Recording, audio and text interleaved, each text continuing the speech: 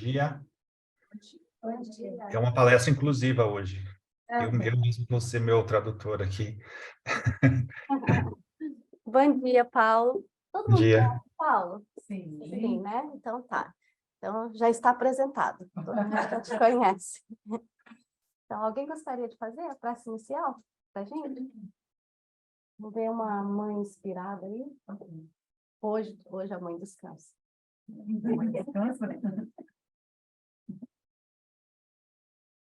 Então, eu posso fazer a oração. Então, a Ana Paula vai fazer pra gente.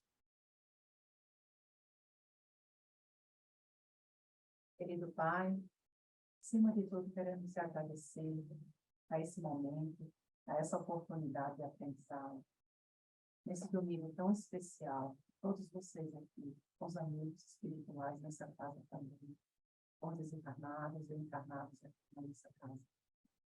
Muito obrigada por essa oportunidade. Abençoa o nosso dia de hoje, abençoa a nossa palestra, o nosso encontro. Esse momento de felicidade, esse momento de paz aqui na nossa casa. Que assim seja, graças a Deus.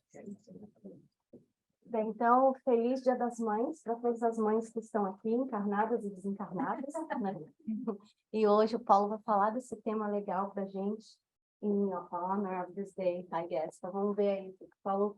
Bom dia, Paulo, obrigada. A palavra é sua. Bom dia, Cris, Márcio, pessoal, Levone, Ana. Eu não tô reconhecendo todo mundo do fundo aí, mas bom dia a todos aí. Bom, domingo, Dia das Mães, né?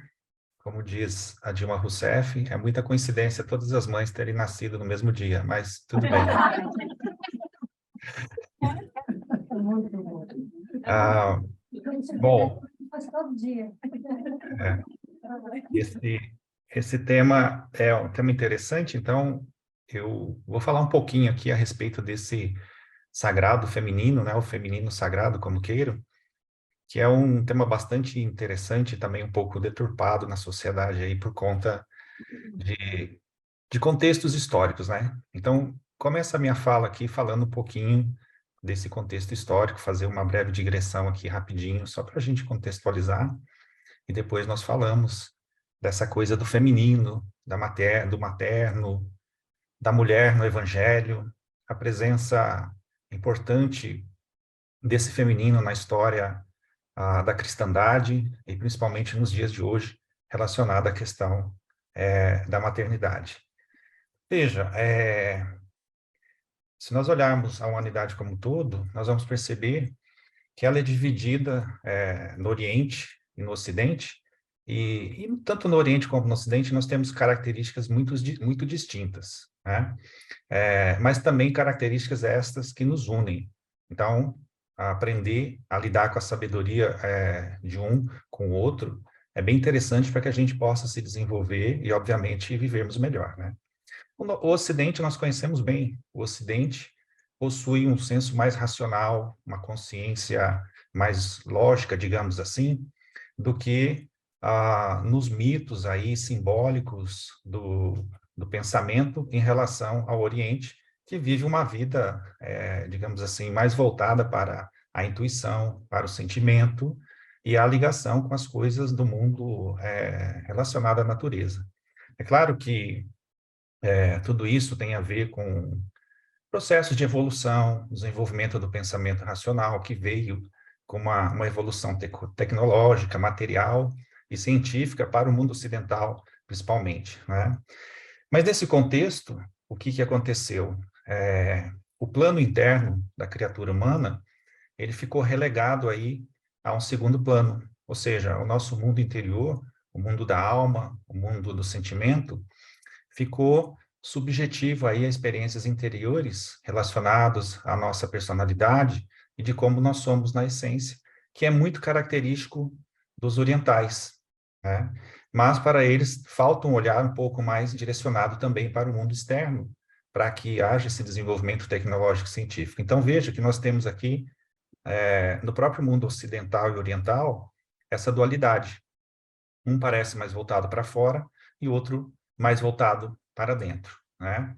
Bom, e aí os orientais, obviamente, eles tentam superar isso, né, buscando aquilo que foi esquecido, enquanto nós aqui do Ocidente, nós estamos aí prosseguindo o nosso olhar meio que numa divisão do mundo e esquecendo de olhar para dentro, esquecendo de olhar para a alma, né? Esse senso racional muito lúcido, muito pragmático do Ocidente, ele não é bom para a alma, né?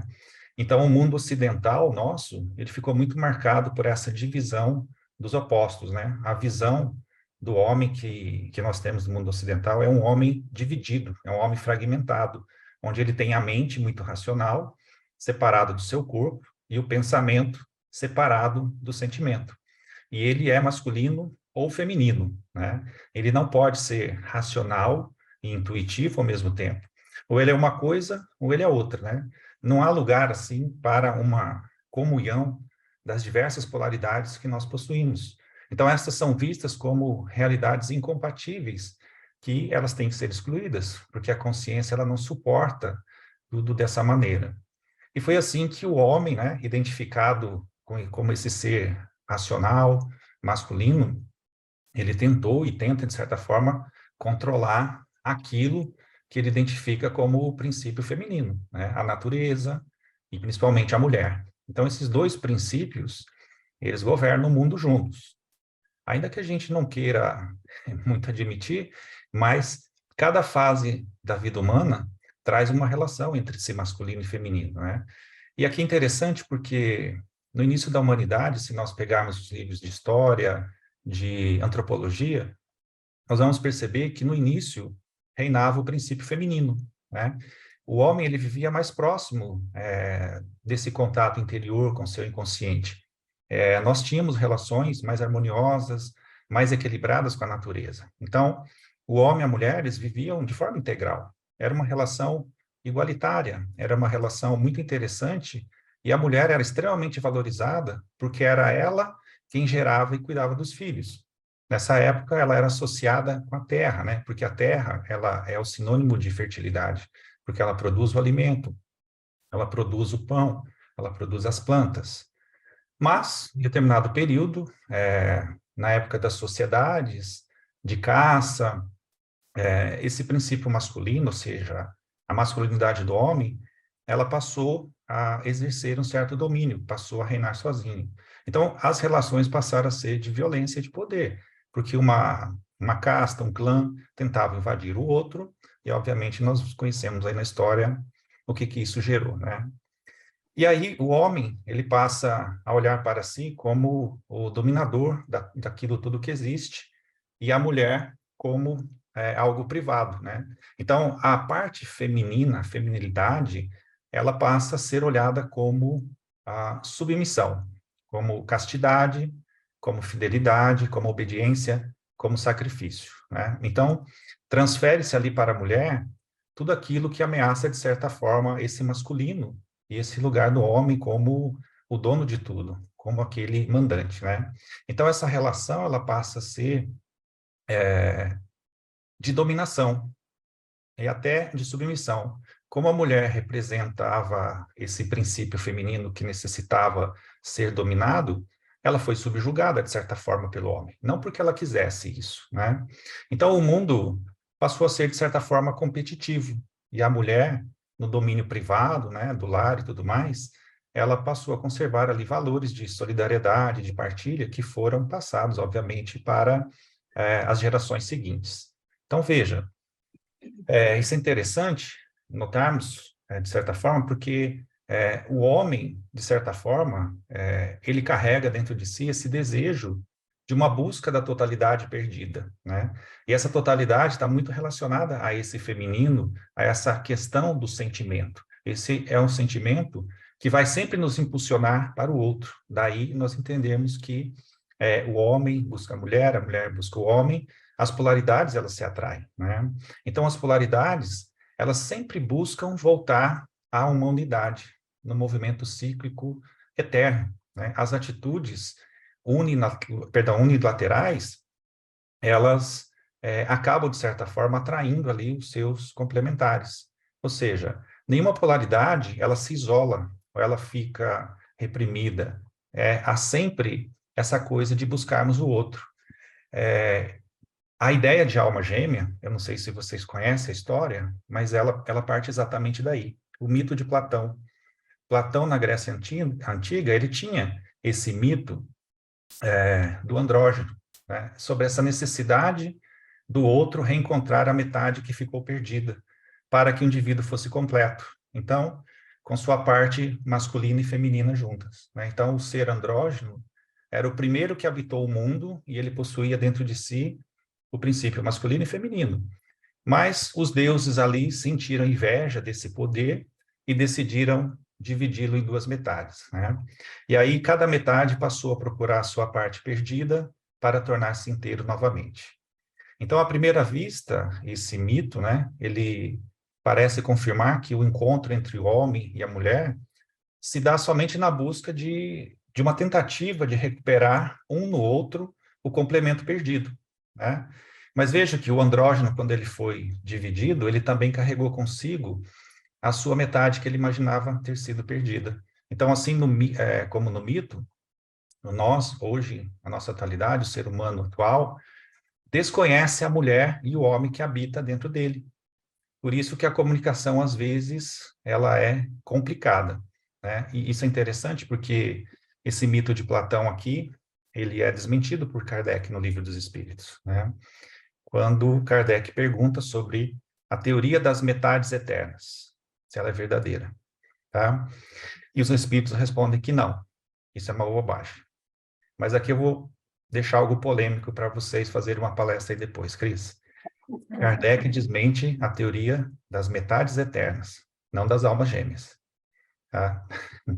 Durma com esse barulho, porque depois o Emmanuel, no livro O Consolador, ele vai afirmar com todas as letras. Não é o Paulo que está falando isso, é o Emmanuel, tá? Briguem com ele. Ele está encarnado aqui no Brasil, depois vocês vêm aqui brigar com ele. As almas gêmeas, elas existem, tá? Está lá no Consolador, no item O Amor. Leiam lá depois. Metades eternas, almas gêmeas, são coisas diferentes, né? Tudo bem que a gente, às vezes, encontra uma alma que geme, uma algema, e a gente acha que é alma gêmea, tá? Mas isso é porque nós... tem todo esse contexto, né? Então, vejo, essa repressão do feminino, né, trouxe aí uma consequência que é um desenvolvimento muito extremado do masculino em nós, né? Então, nosso mundo ele passou a ter um olhar mais valorizado para o mundo exterior, em detrimento do nosso mundo interior, o que afastou as mulheres da sua natureza verdadeira, criou um monte de conflitos relacionados com princípios que governam a nossa essência, né? Principalmente na questão dos nossos relacionamentos.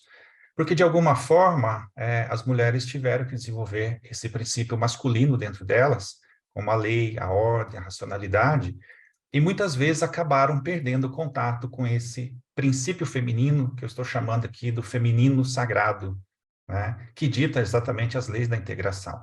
Então, esse princípio feminino sagrado, está intimamente ligado com o afeto, com o sentimento, do que com leis, do que princípios do mundo exterior, né? Então, ao longo dos séculos, desde vários movimentos muito legítimos, obviamente, das mulheres, lutando pelos direitos e tudo mais, muitas vezes elas começaram a imitar os homens na forma de ser, adotando papéis masculinos, perdendo, assim, a identidade feminina. Veja, nós não estamos criticando esses movimentos, ao contrário, né? Isso é natural no nosso processo de evolução. Na tentativa de acertarmos, muitas vezes nós nos precipitamos em determinados comportamentos. Então, na ânsia, muitas vezes, de sermos aceitos socialmente, nós acabamos negando a nossa própria natureza. Muitas vezes, rejeitando ali princípios que são inatos, né? Como a própria sensibilidade. Então, hoje, no contexto, né, para enriquecer a nossa vivência, nosso relacionamento com aqueles que estão ao nosso derredor, há uma necessidade aí de olharmos para esse feminino sagrado dentro de nós para efetuar esse resgate, e mais do que isso, para que ele possa, de fato, viver tanto no homem quanto na mulher, né?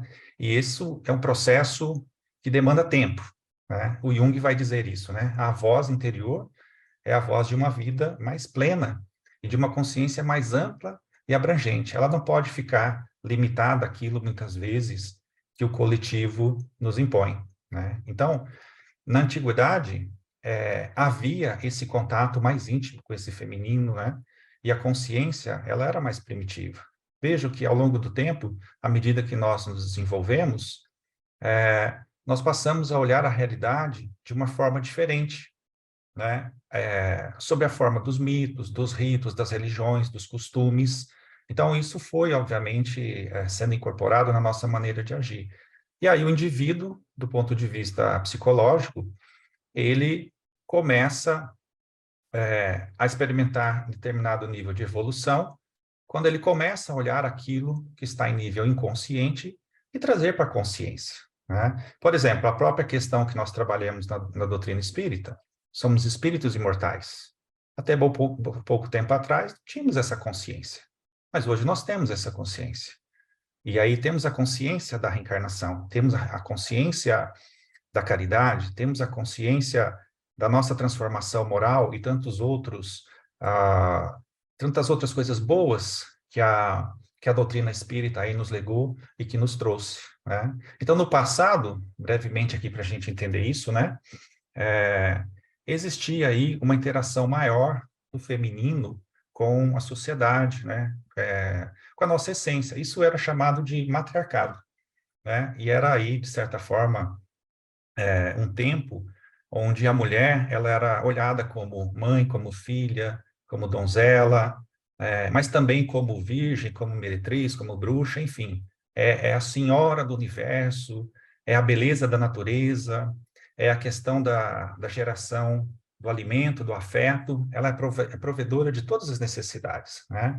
Então, os seres humanos endeusavam o feminino, esse sagrado feminino, ou feminino sagrado, como queiram, como o princípio primitivo da vida, né? Então, internamente, nós todos éramos conectados com esse feminino, né? Aos poucos, né, isso foi se perdendo. Existia, de certa forma, uma mãe, olha que interessante, hoje é Dia das Mães, nós estamos falando disso, né? Uma relação muito próxima desse nível inconsciente, como uma mãe cuja superioridade era tão grande que não havia uma separação entre ela e o filho, ambos acabavam sendo uma coisa só, né? E isso é vivido até hoje nessa projeção que nós fazemos da mãe como sendo uma divindade que nutre, que protege, que nutre e protege, né? Então, em teoria, é isso, né? Mas, de certa forma, a vida vai se fazendo, né? E assim como a criança, o homem ali nesse primeiro nível de evolução, ele tem dificuldade de se orientar e de perceber essa coisa, né?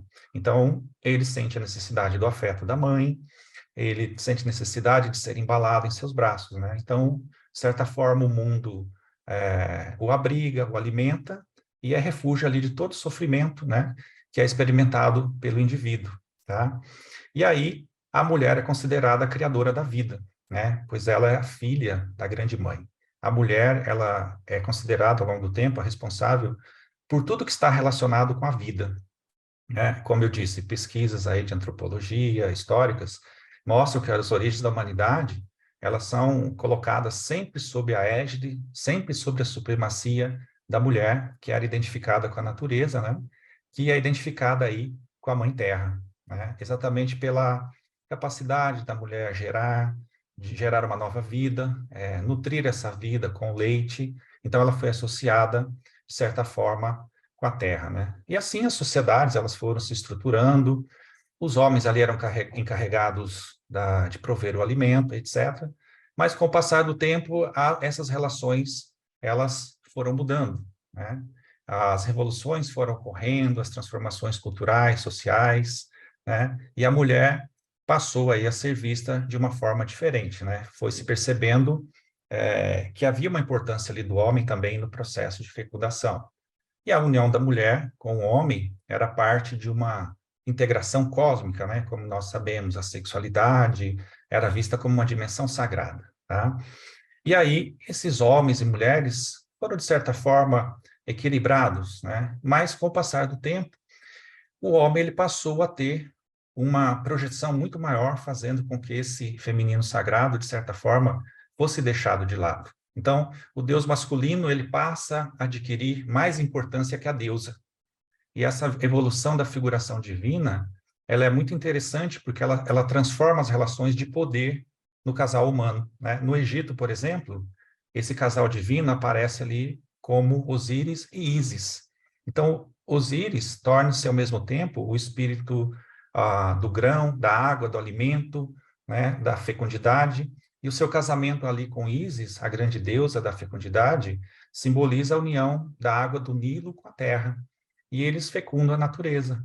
Mas, de acordo com as questões mitológicas, né, é Osíris e não Ísis que é considerado como conhecedor das plantas e revela aí aos homens, né, todos os segredos, todas as questões relacionadas às iniciações da vida, da agricultura e do alimento, né? Então, a partir daí, vejam que esse feminino, de certa forma, ele vai sendo deixado em segundo plano, e os poderes masculinos, eles começam a emergir. E nós vemos isso muito claro na mitologia grega, onde o panteão dos deuses ali, ele é tomado por Zeus. Então, Zeus também tem um relacionamento com a sua irmã, Hera, ou Hera, né, como quiserem. Então, no princípio, né, surgiram ali Zeus e 3 mulheres titãs, né, no intercurso, as deusas. Então, Hera sempre tinha ciúme da relação de Zeus com as outras, com as deusas antigas, né, a ponto de, muitas vezes, interferir ali nas questões dos deuses, né. E os deuses são complicados.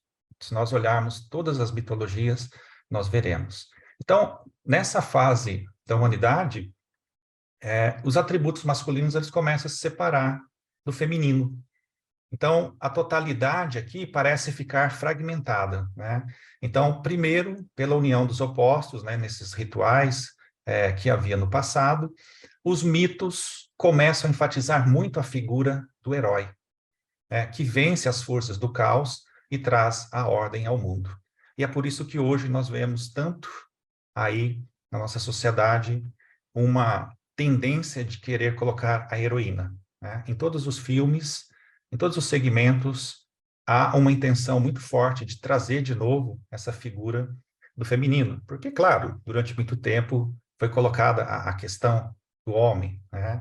Então, essa transferência de poder aí foi sendo feita aos poucos, né? E as divindades femininas foram transformadas em demônios, e novos mitos aí foram criados para justificar a supremacia do homem, né? Então, veja, a partir desse momento aqui, há o desenvolvimento de um pensamento racional, afastando de nós a questão do sentimento. E, gradualmente, o valor da mulher e do feminino, ele vai sendo colocado única e exclusivamente na sua capacidade de reprodução, né? Mas vejam que isso é como nós passamos a agir. Na verdade, dentro de todos os contextos, o feminino está lá, né? Então, esse feminino, de certa forma, foi demonizado.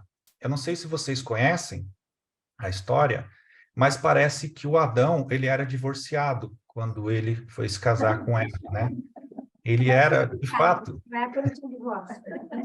ele era separado, não sei se foi um litígio ou se foi de boa fé, mas nas tradições antigas, né, a primeira mulher não foi Eva, a primeira mulher era chamada de Lilith, né? Eu não sei se vocês conhecem essa história, vocês conhecem essa história? Eu não. Né? Nos, nos passados, na mitologia passada, né, nos escritos aí do Zohar, que são os livros que contam aí as iniciações da Cabala e tudo mais, existem muitos relatos aí, nós vamos encontrar várias formas de expressar isso. Eu vou contar a que eu sei, tá? Está aí em algum lugar da literatura, né? Mas conta-se que antes de Deus criar Eva, isso está lá na mitologia, isso está nos escritos, tá?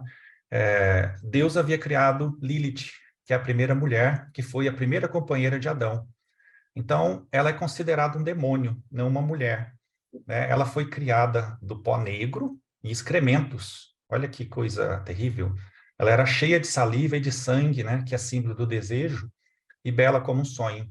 Então ela aparece ali para Adão, no jardim do Éden, à sombra de uma árvore, né, com diversos colares.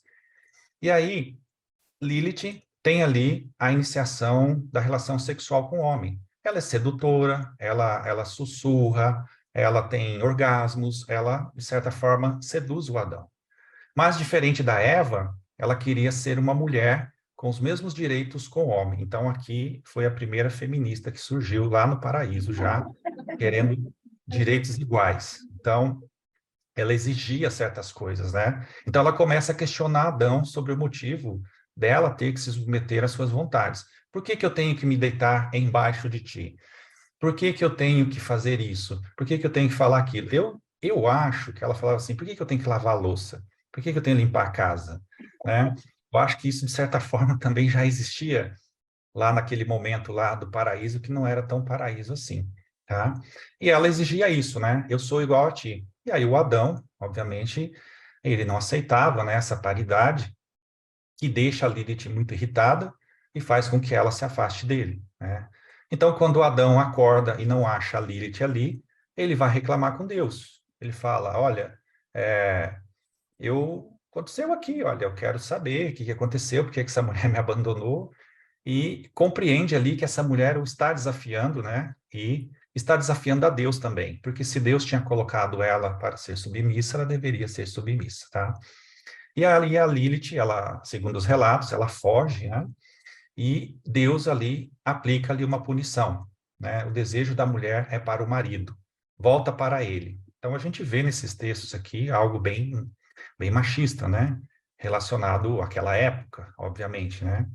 Então, conta que a história que Lilith não responde, né? Ela se recusa e diz que não tem nada a ver mais com o seu marido, que ela só quer metade dos bens dela, que é metade da árvore do paraíso, né? E sei lá mais o quê, né?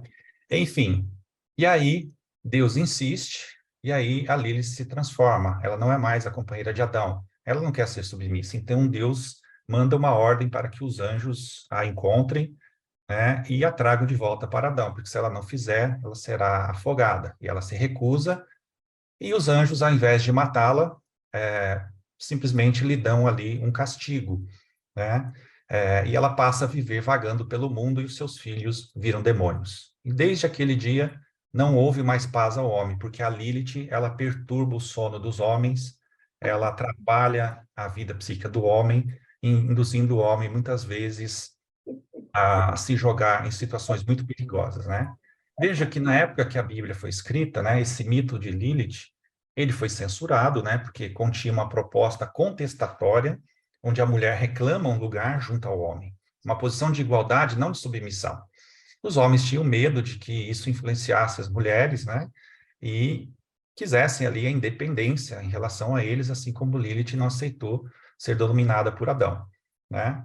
Mas, na Idade Média, né, isso ganhou muita força, principalmente na caça às bruxas, né, como um exemplo de punição para a rebeldia, né? A independência e a autossuficiência da mulher tinha que ser punida, né? Então, esse mito, ele mostra a necessidade da sujeição e validez desse feminino dentro de uma consciência muito machista, né? Que busca o poder, que busca o controle, né? E aí, vejam, esse feminino, ele é ameaçador.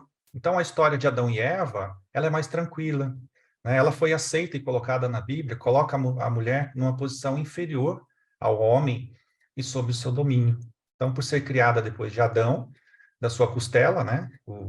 Que é terrível aí, né? Porque, como assim da costela, né?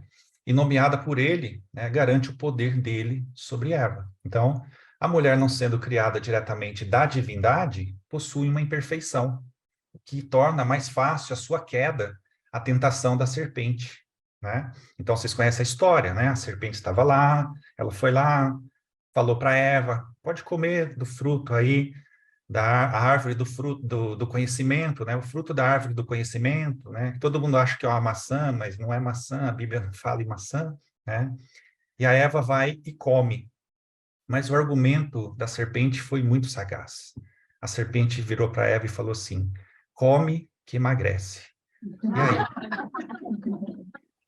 Não tem como escapar desse argumento, né? Ela foi seduzida ali, então fica justificado também o controle sobre a mulher, né? Para que ela não sucumba ao mal por sua ingenuidade, fraqueza, aquilo que é demoníaco, né?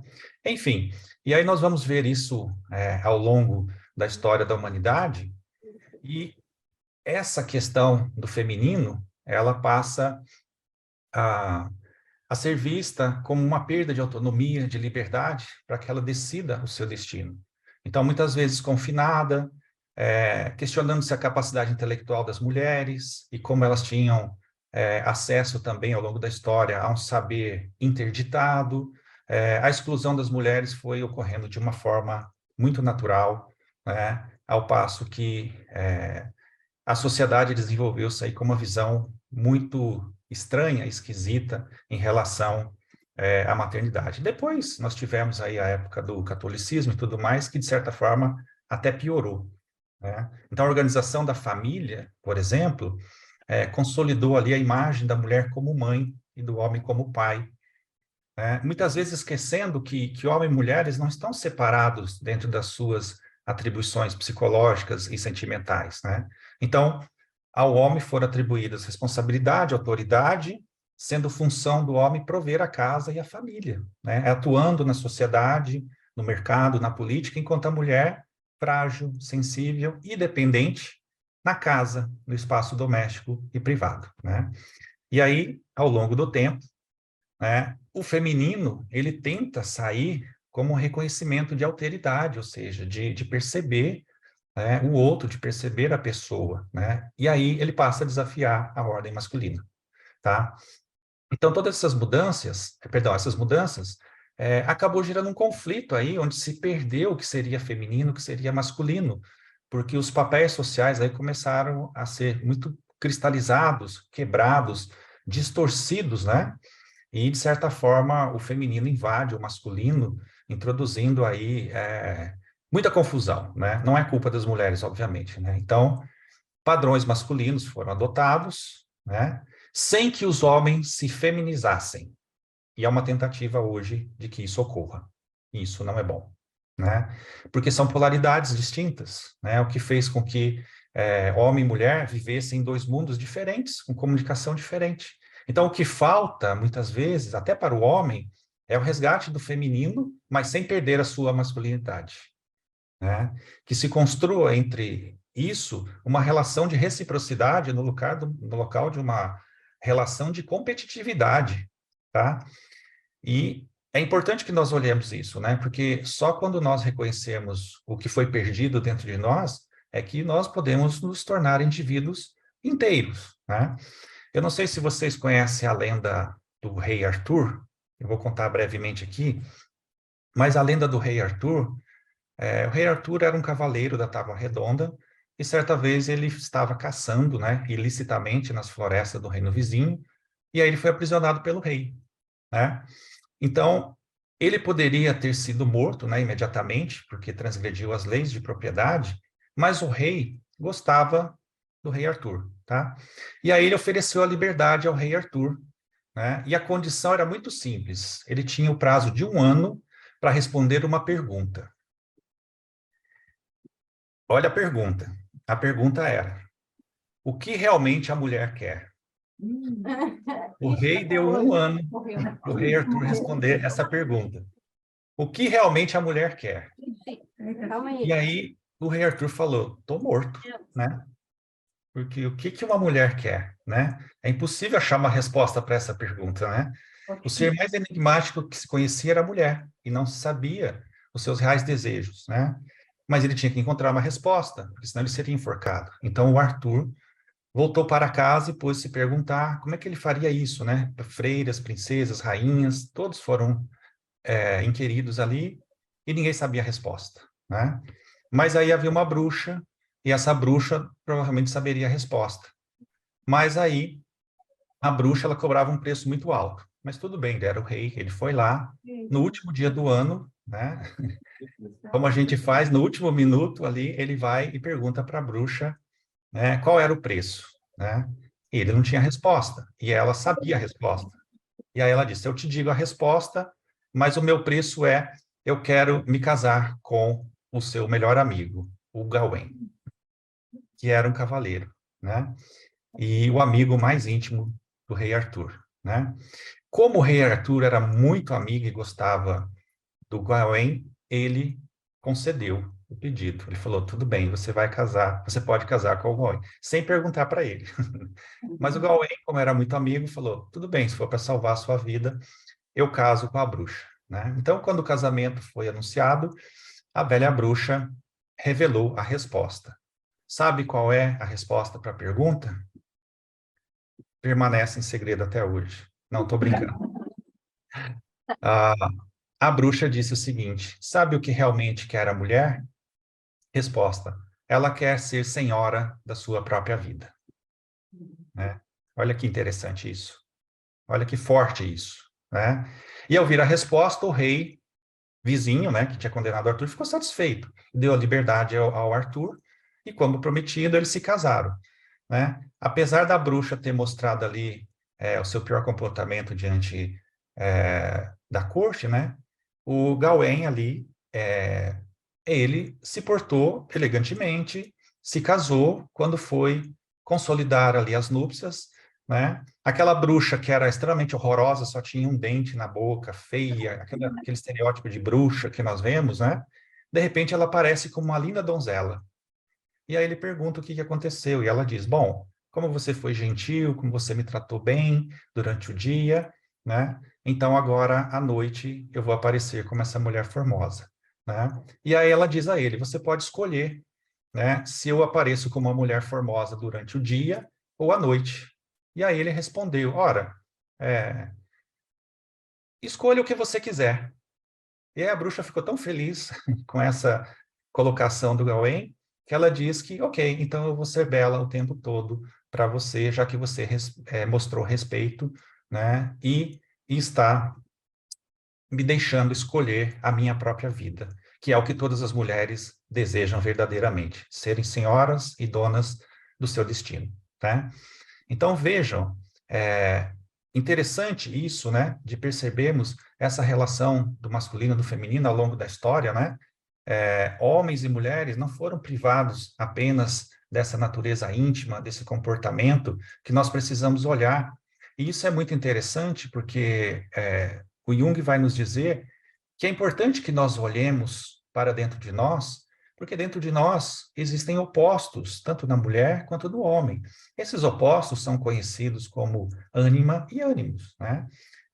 Não vou aprofundar esse tema aqui, que não é objetivo nosso, mas, basicamente, todo homem possui no seu psiquismo uma estrutura feminina, e toda mulher possui no seu psiquismo uma estrutura masculina, e elas têm que ser harmoniosas, tá?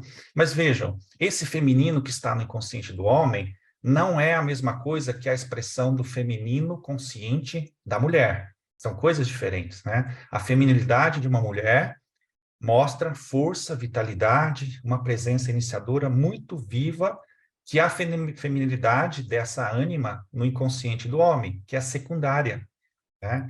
Então, a feminilidade de uma mulher tem maior amplitude, variação, mais flexibilidade e definição do que essa ânima que está lá no inconsciente do homem, né?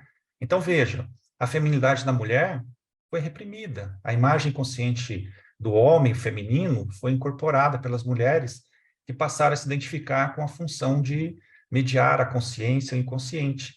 Então, essa influência do feminino do homem, a mulher como objeto de emoções, é destinada a corresponder a imagens que o homem projetou no feminino. Então, houve uma perda aí, né? Da mesma forma, a mulher muitas vezes questiona o seu feminino e ela é possuída muitas vezes por esse masculino interno na tentativa de se igualar ao homem, mas não é para se igualar, né? São direitos e deveres, são questões distintas, né? Isso gera muita perda, isso gera muito embate. Então, a mulher tomada pelo seu princípio masculino interior corre o risco de perder a sua feminilidade, né? E tudo isso porque nós nos conhecemos, tá? E aí nós precisamos fazer a integração dessas coisas.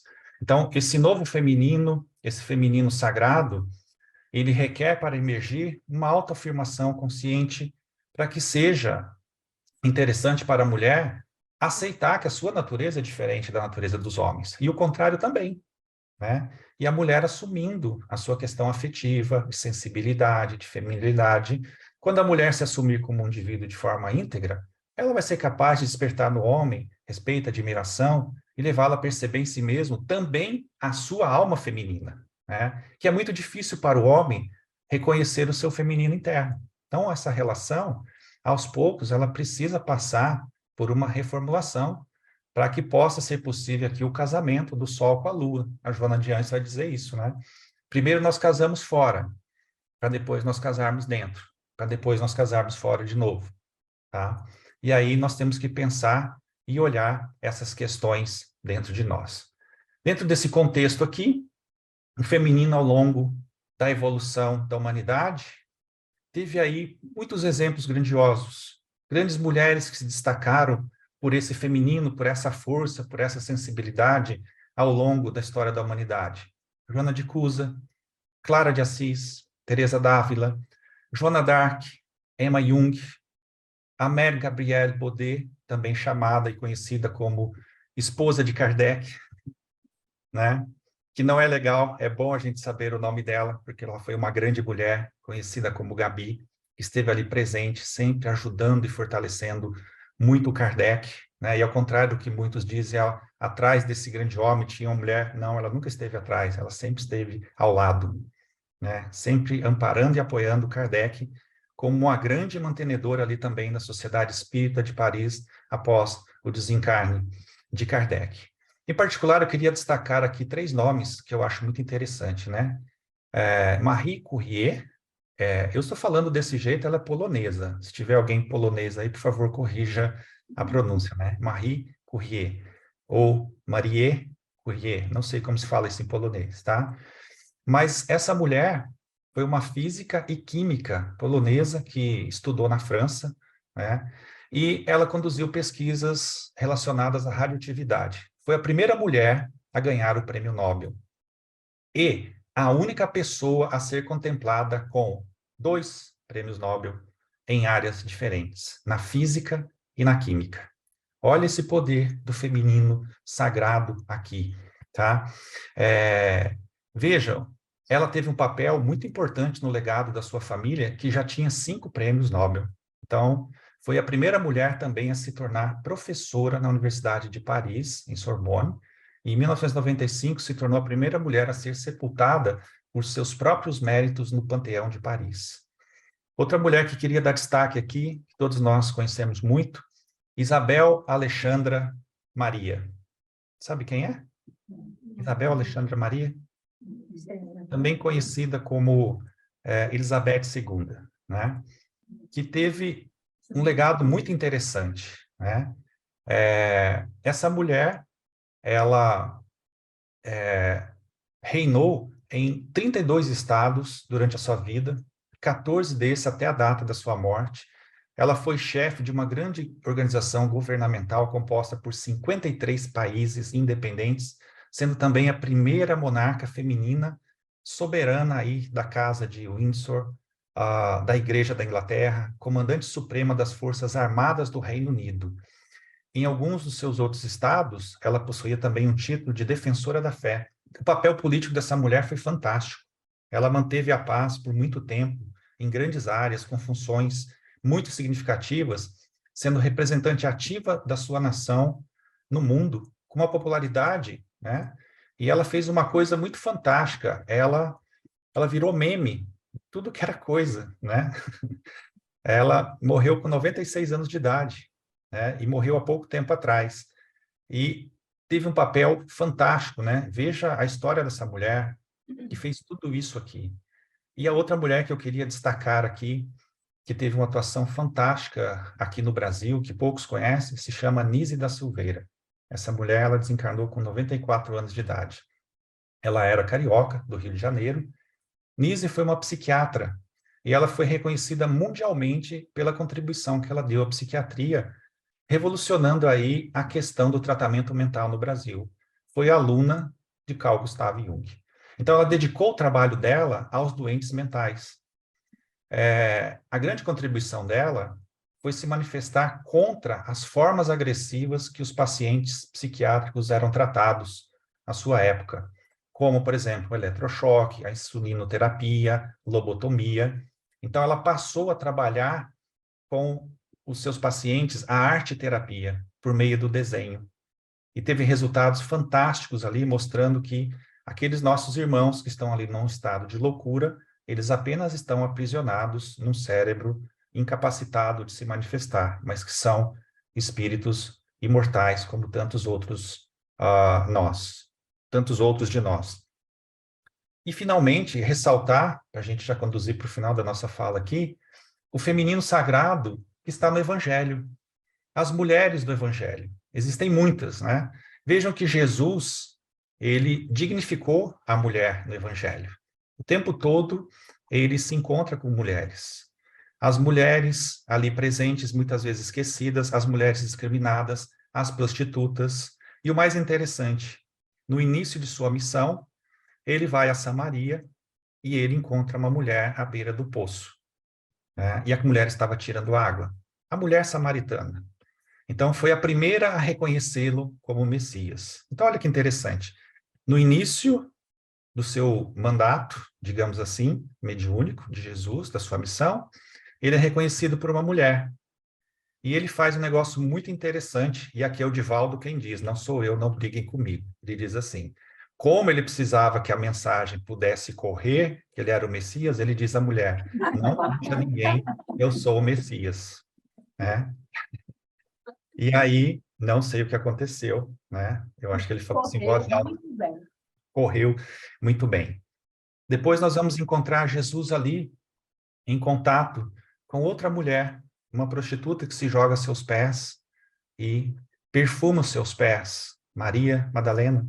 E essa mulher se dedica ali a abraçar Jesus, né? E encontra nas palavras de Jesus o afeto que ela nunca encontrou, porque ela havia se dedicado por muito tempo à prostituição.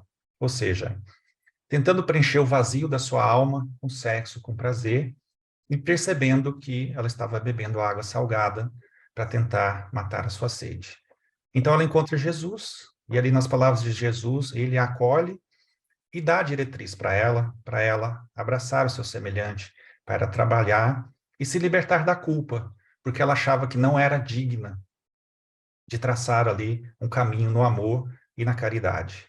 Em determinado momento, Jesus olha para uma casa que está em ruína e pergunta, Maria, o que vês? E ela, uma casa em ruínas. Sim, mas você não está vendo o principal. Ela está coberta por flores. Ora, se Jesus tem o cuidado de cobrir uma casa em ruína com flores, o que ele não fará por um filho seu que deseja retificar a sua conduta verdadeiramente por dentro? Vá e trabalhe, ampare as pessoas.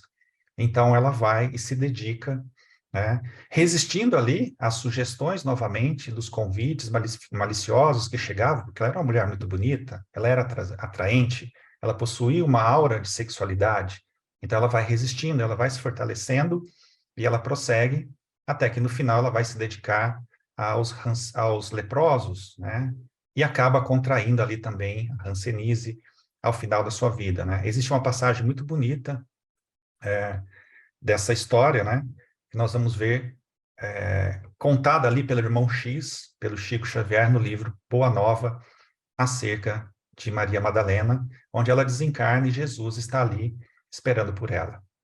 Outra passagem interessante é relacionada a uma mulher muito forte do Evangelho, né, que nós conhecemos como Joana de Ângeles hoje, mas que tem uma encarnação muito famosa ali, conhecida como Joana de Cusa. Joana de Cusa era casada com um romano, e esse romano era um marido cachorro safado sem vergonha, né?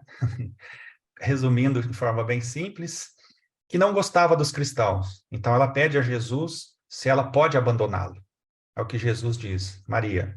Então você está me dizendo, Joana, perdão, você está me dizendo que Deus errou ao te dar esse companheiro?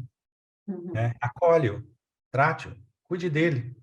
né? Porque aquela história, se nós fugirmos e não olharmos isso dentro de nós, não acolhermos isso, em algum outro momento, isso volta novamente para que nós possamos tratá-lo. E aí a Joana se dedica ali ao cristianismo, e todos nós sabemos que ali no ano 68, também está lá no livro Boa Nova, ela acaba desencarnando queimada ali, né, no círculo ali que os romanos faziam com seu filho.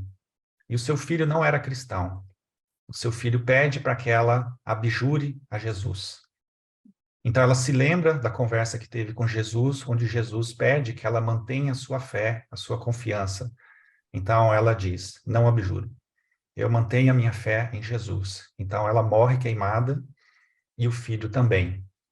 Ao que um dos soldados olha para ela e ele diz: onde é que está agora o teu Cristo, que nunca veio te salvar? E ela vai dizer: não, ele me ensinou muita coisa, inclusive a amar-te, o próprio algoz que havia queimado. E nesse momento narra o irmão X que ela, ao começar o processo de desencarnação, olha para o lado e quem está ali? Jesus, falando: estou aqui, Joana, acalma teu coração, né? Então, são essas mulheres fortes do Evangelho que vão mostrar esse feminino sagrado ali presente em muitos de nós, mas no homem ainda reprimido, mas nessas mulheres muito forte ali presente. E por que não falar daquela que, para todos nós, foi talvez a que tenha experienciado isso de uma maneira tão mais significativa, né? Maria, mãe de Jesus. Né? Aquela mulher que, segundo o irmão X, que segundo Emmanuel, ela não foi escolhida, ela foi eleita para ser a mãe de Jesus. Há uma diferença. Nós podemos ser escolhidos para uma provação, para uma expiação, mas quando somos eleitos, é porque possuímos o mérito necessário para aquela finalidade. Então, Maria reencarna e ali recebe a missão de ser a mãe de Jesus. Irmão X vai nos falar também, no livro Boa Nova, a respeito de Maria. Ela ali pensando a ida, a morte do seu filho, refletindo: o que fez o meu filho para merecer amarguras tão imensas? Viu crescer ali, sob o calor de seu coração, na sua idade ainda tenra, quando ela o levava ali ao templo, quando ela cuidava do seu filho, quando ela ia buscá-lo nas ruas empedradas, onde Jesus sempre estava consolando ali aqueles que passavam, os desamparados e os tristes, os viajantes. Conta aqui irmão X, que muitas vezes ela se deparava com Jesus ali conversando com bandidos, com criminosos, e esses homens extremamente impressionados ali com a sabedoria de Jesus, pela sua solicitude amorosa, o seu vulto, que demonstrava ali sempre amor, sempre carinho. E aí, a missão dele, ela desconfiava, ela não tinha certeza, né? Eram paralíticos que muitas vezes retomavam ali os movimentos da vida, cegos que passavam a enxergar, criaturas muitas vezes famintas de luz, de amor, que saíam saciadas ali quando encontravam com Jesus. E ela, como mãe, ficava pensando: meu Deus, por que esse caminho para o meu filho, para a sua cruz? Né? E ficava pensando e refletindo, e o seu coração atormentado ali de lágrimas, muitas vezes pensando: meu Deus, perdoa-me, faça-me a escrava, à vontade do Senhor, faça-me na escrava a tua vontade. E de alma angustiada, ali aos pés da cruz, Jesus, nos últimos padecimentos, olha para a sua mãe, vê ali ao seu lado a figura de João e diz para Maria: mulher, está aí o teu filho. Ora para João, ele diz: está aí a tua mãe, pedindo ali para que João cuidasse da sua mãe enquanto ele não estava mais aqui conosco. E aí, irmão X, eu não vou contar toda a história aqui para não perder o brilho da história, vai nos contando aqui todos os detalhes de Maria, ali, pensando a sua vida após a saída de Jesus do plano físico, todos os dramas vividos ali pelos apóstolos, onde ela vai morar com João, onde ela consola todos aqueles que procuram ali o seu alento, e ela era conhecida ali como aquela que amparava a todos que se chegavam à sua casa.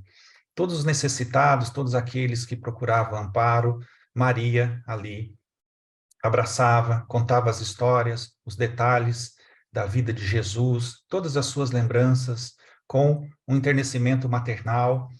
O apóstolo ali, João, também contava, enaltecia tudo aquilo. E aí a sua casa, ela era conhecida pelo nome de Casa da Santíssima.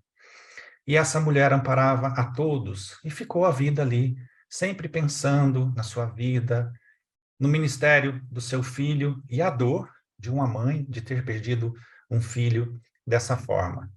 Em determinado momento, estava ali a Maria pensando, meditando, quando ela viu aproximar-se o vulto de um pedinte. Minha mãe, exclamou o recém-chegado, como tantos outros que atendiam ali ao carinho de Maria. Venho fazer-te companhia e receber a tua bênção. Maternalmente, Maria convida para entrar, impressionada com aquela voz que lhe inspirava profunda simpatia. Então o peregrino lhe falou do céu, confortou-a delicadamente, comentou as bem-aventuranças divinas que aguardavam a todos os devotados e filhos de Deus, dando a entender que lhe compreendia as mais ternas saudades do coração. Maria ficou empolgada com essa surpresa. Que mendigo seria esse que acalmava as suas dores mais secretas da alma com palavras tão doces? Nenhum lhe surgira até então para dar. Então, era sempre para pedir alguma coisa. Olha que interessante. As pessoas sempre estavam pedindo, e aquele mendigo agora vinha lhe dar algum conforto. No entanto, aquele homem desconhecido estava ali tocando seu coração. Onde ele ouviu tantas coisas? E onde ela tinha ouvido essa voz meiga e carinhosa? Que emoções era aquela que estava tomando conta do seu coração? Então seus olhos se encheram de ventura, de lágrimas, e ela não sabia por quê. Foi quando o mendigo lhe estendeu as mãos e lhe falou com profundo acento: minha mãe, venha aos meus braços. Ao que Maria, olhando as mãos daquele homem, tomada de profunda emoção, viu nela duas chagas, como as que seu filho tinha na cruz. E olhando para os pés dele, também viu ali as feridas causadas por aqueles cravos. Não se conteve mais. Compreendia ali a visita amorosa que Deus enviava para ela. Jesus, o seu próprio filho, voltou para ter com ela. Meu filho, diz Maria, e se precipitou para cima dele, abraçou-o como mãe carinhosa, quis olhar, tocar as suas feridas, olhar o seu coração, queria abraçar, queria beijar. Qual a mãe não quer abraçar um filho que aparentemente estava morto? Então, olhou a chaga lateral que estava ali, feita pela espada daquele soldado, queria abraçar, se jogar aos seus pés. No entanto, Jesus a pega, coloca de pé e lhe diz, beijando as suas mãos: sim, mãe, sou eu. Eu vim te buscar, porque o meu pai quer que você seja a rainha dos anjos. E aí nós vamos encontrar lá no livro Memórias de Suicida a informação de que Maria é aquela que coordena, que ampara todos os suicidas lá no Vale dos Suicidas, amparando e confortando a todos aqueles que, de certa forma, partiram desse mundo de uma forma desequilibrada. E aí a Maria queria dizer da sua felicidade, agradecer a Deus, mas sentiu que o seu corpo estava paralisando, estava sentindo-se ali amparada, sustentada, mas sabia que de alguma forma a sua hora estava chegando. E aos poucos ela foi desfalecendo, até que em determinado momento ela não via mais Jesus, sentindo a sensação de que estava se afastando do mundo, foi amparada ali por uma pleiade de anjos, e ela fez um pedido a esses anjos, que ela pudesse ver todos aqueles que estavam sofrendo naquele momento. E assim ela foi atendida. Não vou contar o desfecho da história, depois vocês leiam lá no livro Boa Nova. E aí, para terminar a nossa conversa de hoje, esse feminino sagrado que está em todos nós, que se manifesta, que é o coração, muitas vezes, batendo fora do peito, pelos nossos filhos, pela humanidade. O sentimento de mãe disse que aquele que mais se aproxima do amor de Deus, o complexo materno que muitas vezes ampara, protege, se manifesta e que faz a diferença em tantos outros nós, né? Gostaria de desejar aqui a todas as mães de hoje, presente, de ontem, encarnadas, desencarnadas, um feliz dia do não faz mais que sua obrigação. Um feliz dia do já falei que não e ponto final. Um feliz dia do não estou pedindo, estou mandando. Um feliz dia do eu vou contar até 3. 3, 2, 1. Um feliz dia, se correr vai apanhar dobrado. Feliz dia de espera teu pai chegar para você ver. Feliz dia de você não é todo mundo. Feliz dia, leva o teu casaco que vai esfriar. Um feliz dia de um dia eu vou sumir, daí vocês vão me dar valor. No dia que eu morrer, daí sim vocês vão ver, né? Um feliz dia de se eu for aí achar, eu vou esfregar na tua cara.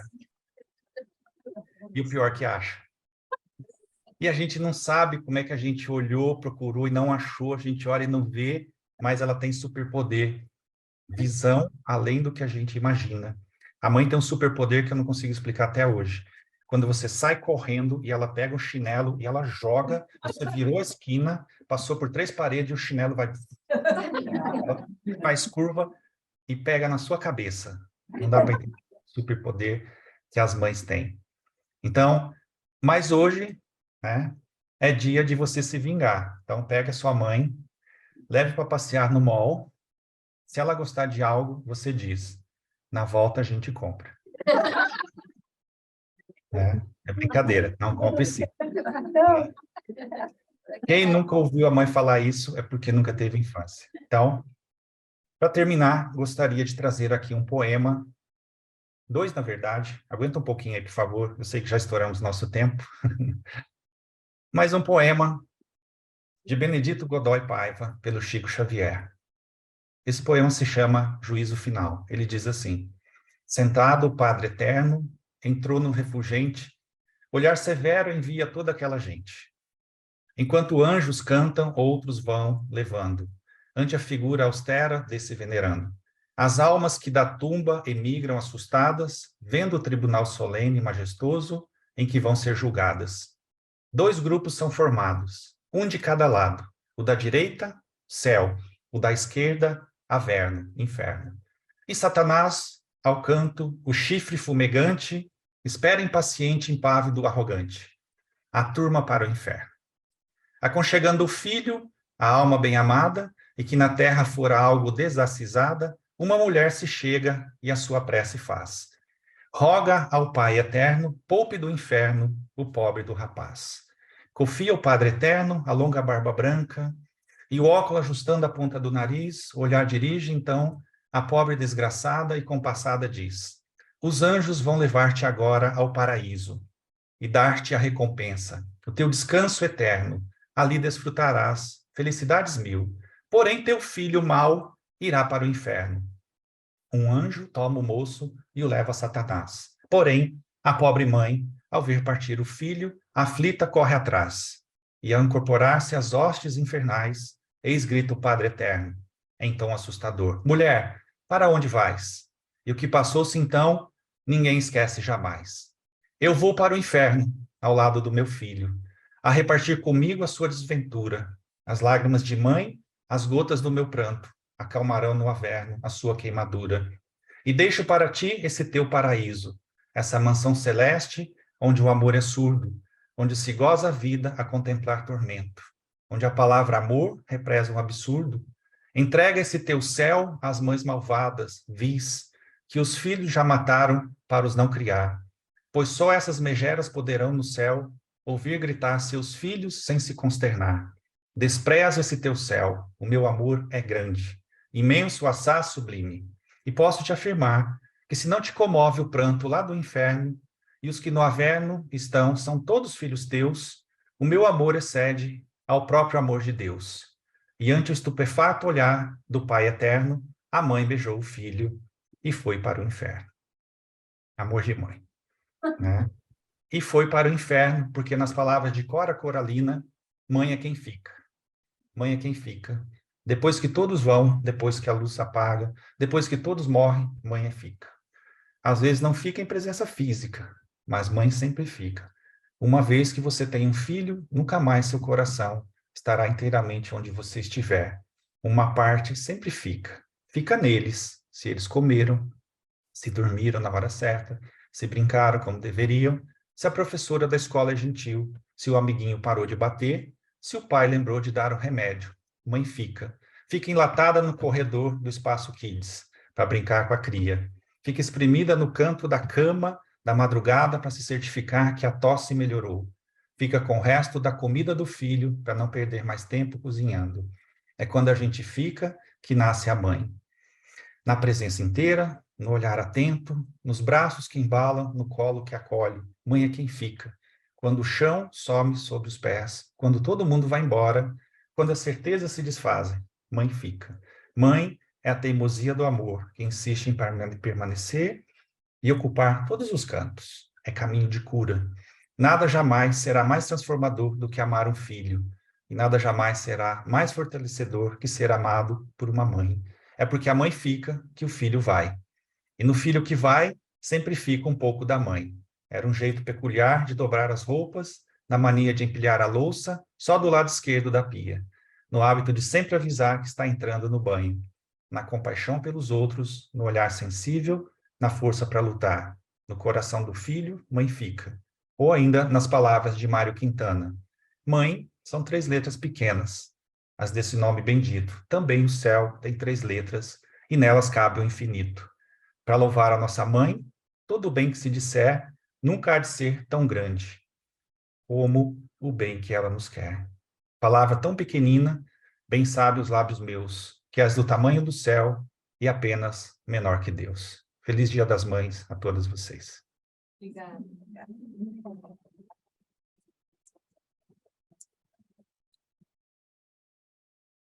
Peraí, deixa eu enxugar as lágrimas. Obrigada, Paulo. Que lindo, muito bonito. Obrigado. Todas as mães, né, se sintam abraçadas. A gente que está aqui, longe das nossas mãezinhas, né? A minha já estava ali me ligando. Vamos ligar para as nossas mães, né? Falar com... E é isso. E é a oportunidade que Deus nos deu de ser mãe, de ser pai também. Eu não vou falar nada, o Paulo já falou tudo. Obrigado, Paulo, mais uma vez.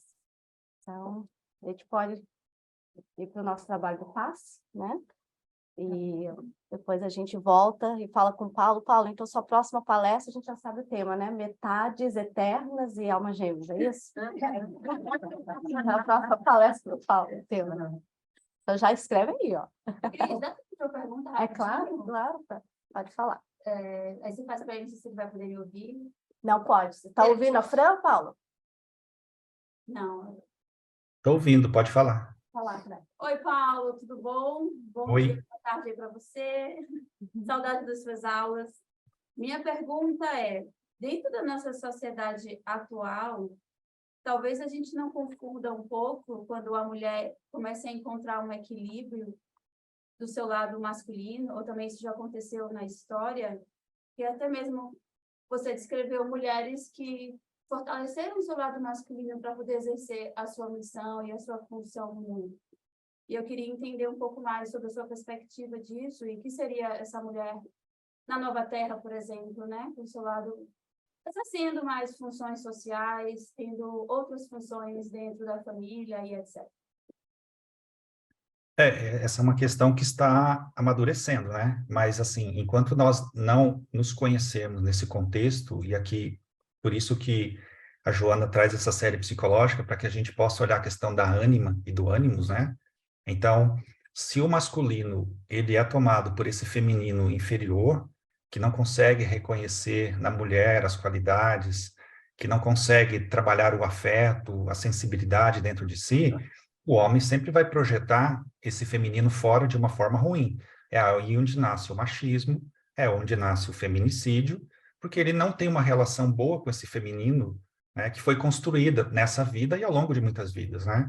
Então, se o homem não olha isso, ele acaba projetando fora e acaba não conseguindo domar aqui o feminino interno, ele acaba tentando matar fora aquilo que não domina dentro. O mesmo ocorre com a mulher. Se a mulher ali não tem essa noção do masculino bem trabalhada dentro de si, ela vai ser sempre refém desse masculino sombrio, que vai ter ódio de homem, que não vai gostar de homem, que o homem tem que sumir, que todo homem é estuprador, que todo homem é isso, aquilo. Então, essa é uma visão muito distorcida. Então, nós precisamos acolher esse masculino dentro de nós. Nós precisamos olhar as referências de família, o nosso processo evolutivo nessa vida e em outras, para que a gente possa acolher. E aí nós vamos caminhar para algo mais equilibrado, né? Sabendo que temos direitos, deveres, funções, e são coisas distintas, né? Então, movimentos extremados hoje, tanto do homem quanto da mulher nesse sentido, precisam convergir para um equilíbrio. Como é que a gente vai arrumar isso, Fran? Não sei, tá? Não sei. Esse é um movimento que vai ser feito gradualmente, mas até que isso aconteça, os excessos vão acontecer, as polarizações vão acontecer. A gente já vê isso na sociedade. Mas é bom para que a gente perceba que os extremos são ruins, são perigosos. E a gente faça essa conversão para o equilíbrio, né? O mundo de regeneração está aí, mas até lá são 1000 anos, né? Diz o Divaldo que até que isso se estabeleça são 1000 anos.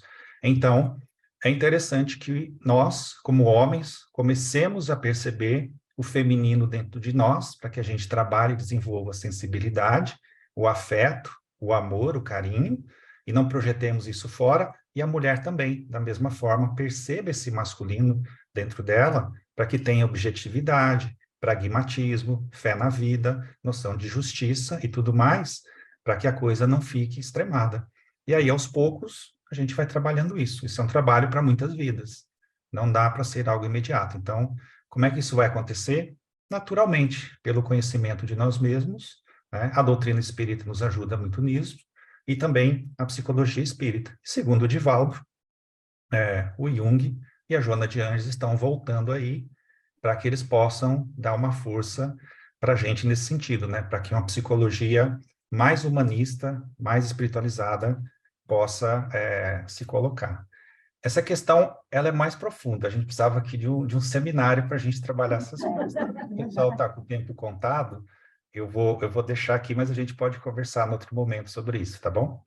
Tá bom. Obrigada, Paulo. Muito obrigada. Alguém mais tem algum comentário, alguma pergunta para o Paulo? Ó, pergunta difícil passa para o Márcio e para a Cris, tá?